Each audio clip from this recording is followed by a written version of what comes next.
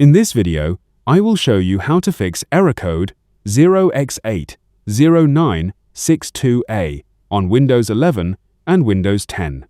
First, open Windows Search, type CMD, right-click Command Prompt, and select Run as Administrator. In Command Prompt, run the DISM commands Check Health, Scan Health, and Restore Health one by one, pressing Enter after each command. Once they're complete, run SFC, Scan Now, and wait for the scan to finish. After that, restart your computer and check if the error is fixed. If the issue continues, open Settings, go to Windows Update, and click Check for Updates. Download and install any available updates. Then open Advanced Options and check Optional Updates for any additional updates you can install. Once everything is updated, restart your computer and check the error again. If you found this video helpful, subscribe to our channel